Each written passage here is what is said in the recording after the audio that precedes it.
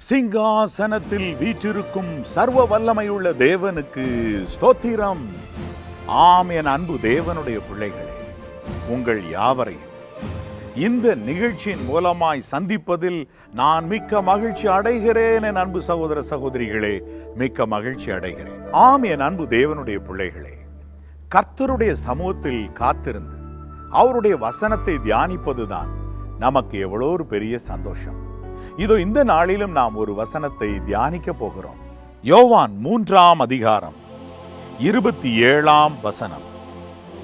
யோவான் பிரதியுத்தரமாக, பரலோகத்தில் இருந்து ஒருவனுக்கு கொடுக்கப்பட்டால் ஒழிய அவன் ஒன்றையும் பெற்றுக்கொள்ள மாட்டான் என்றார். ஆம், என் அன்பு தேவனுடைய பிள்ளைகளே, பரலோகத்திலிருந்து ஒருவனுக்கு கொடுக்கப்பட்டால் ஒழிய அவன் ஒன்றையும் பெற்றுக்கொள்ள மாட்டான். ஒரு குறிப்பிட்ட மொழிபெயர்ப்பு இவ்விதமே சொல்லுகிறது: தேவனிடத்திலிருந்து ஒருவன் ஒன்றை பெற்றுக்கொள்ளாவிட்டால் அவன் ஒன்றையும் பெற்றுக்கொள்ள மாட்டான் என்று. பரலோகத்தில் நம்முடைய தேவன் வீற்றிருக்கிறார்.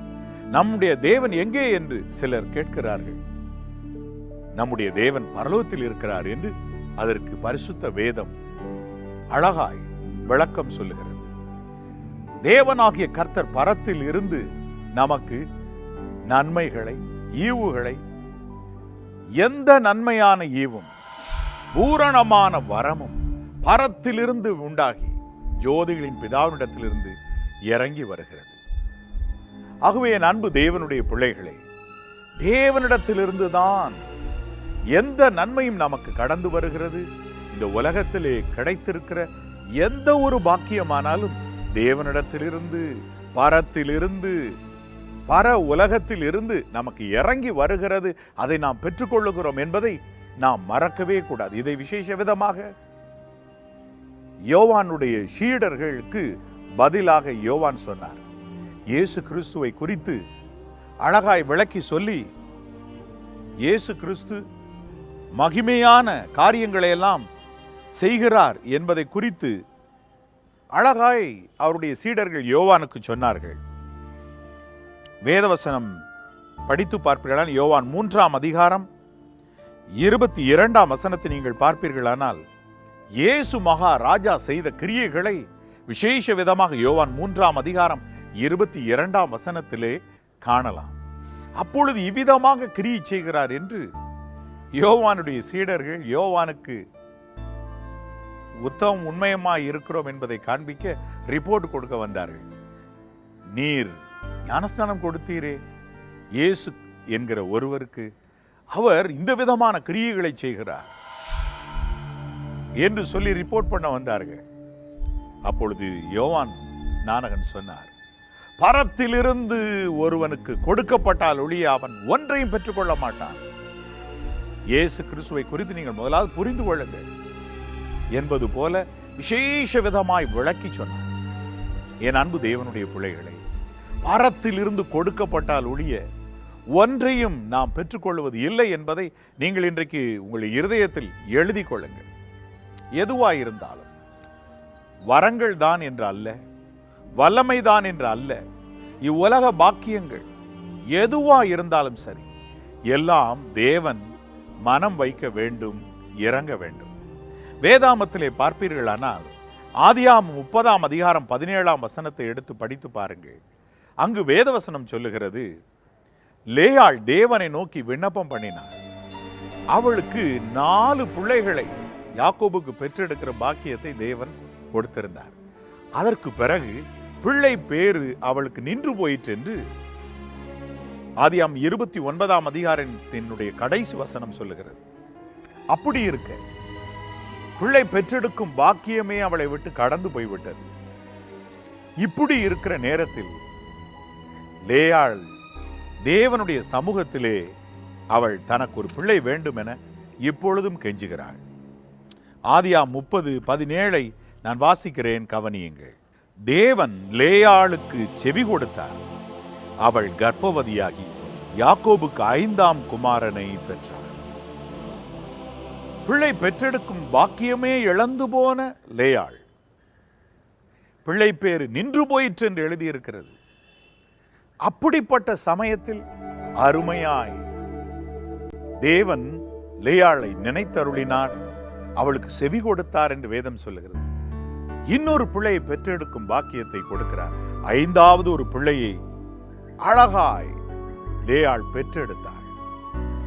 என் அன்பு தேவனுடைய பிள்ளைகளே, பிள்ளை செல்வமும் கூட தேவன் அருளுகிற ஈவுதான் என்பதை நாம் மறந்துவிடக்கூடாது. வேதம் சொல்லுகிறது, பிள்ளைகள் கர்த்தரால் வரும் சுதந்திரம், கர்ப்பத்தின் கனி அவரால் கிடைக்கும் பலன். என் அன்பு தேவனுடைய பிள்ளையே, என் அன்பு சகோதரனே, என் அன்பு சகோதரியே, நீங்கள் யோசித்துக் கொள்ளுங்கள். பிள்ளை செல்வம் தேவனுடைய ஈவு. பிள்ளை செல்வம் தேவன் கொடுக்கிற ஒரு ஈவு. தேவனாகிய கர்த்தர் கொடுக்கிற ஈவு. ஆகவே ஆண்டவருடைய சமூகத்தில் இன்றைக்கும் இந்த செய்தியை பார்த்து கொண்டிருக்கிற, இந்த நிகழ்ச்சியை பார்த்து பயன் பெற்றுக் கொண்டிருக்கிற, இந்த நிகழ்ச்சியின் மூலமாய் தேவன் உங்களை தொடும்படி இருக்கிறதான இந்த வேளையில் என் அன்பு தேவனுடைய பிள்ளைகளே, நீங்கள் விசுவாசியுங்கள்.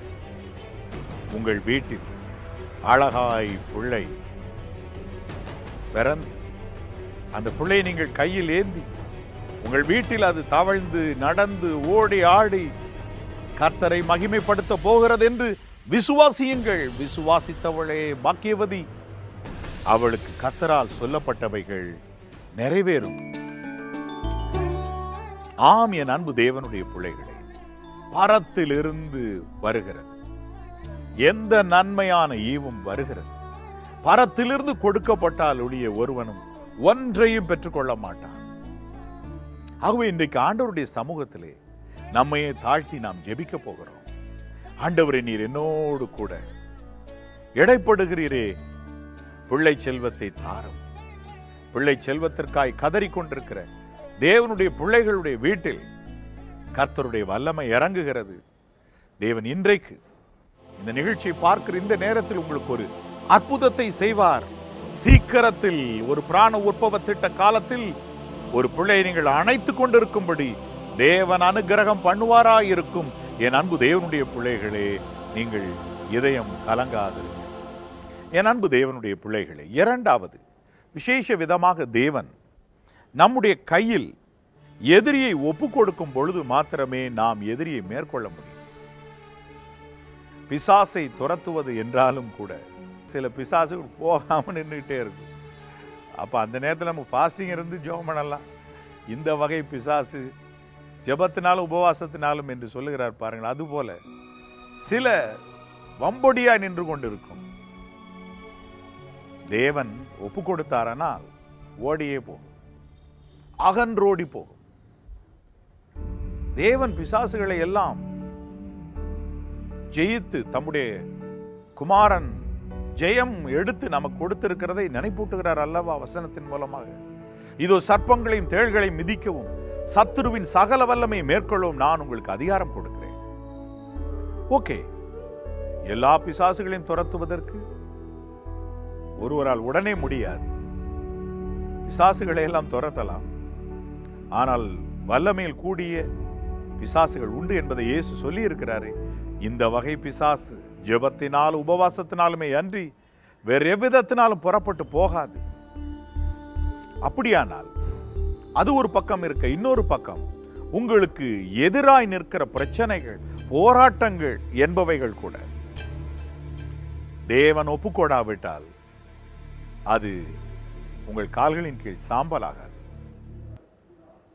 வேதாமத்தில் நான் வாசிக்கிறேன், கவனியுங்கள். யோசுவா 10ஆம் அதிகாரம் 32ஆம் வசனம்.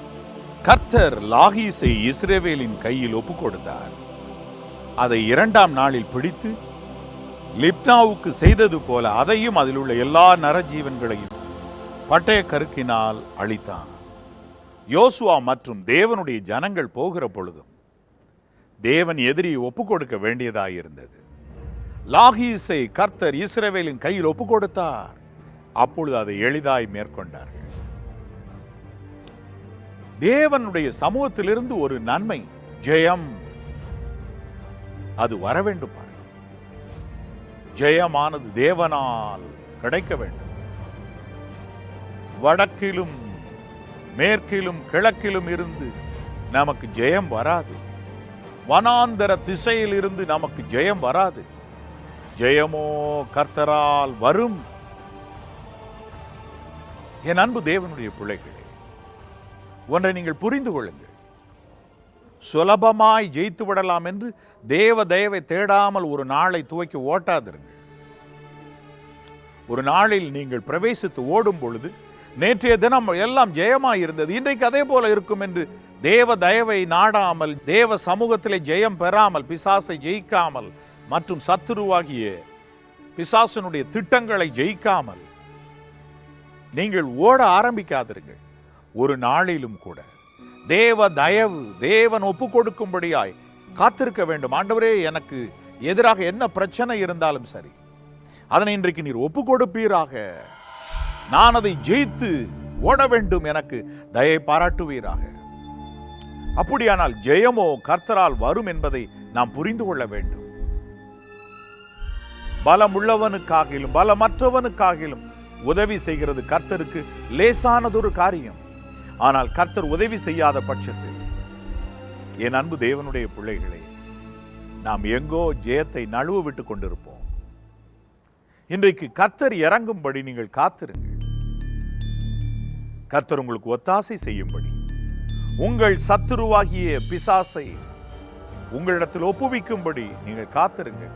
வரும் வேளை வந்தவுடனே அதை நசுக்கி போடுவார். வேதம் சொல்லுகிறது, இதோ சமாதானத்தின் தேவன் சாத்தானை உங்கள் கால்களின் கீழே சீக்கிரத்திலே நசுக்கி போடுவார். ஆகவே நாம் காத்திருப்போம், ஜெயத்தை தருவார்.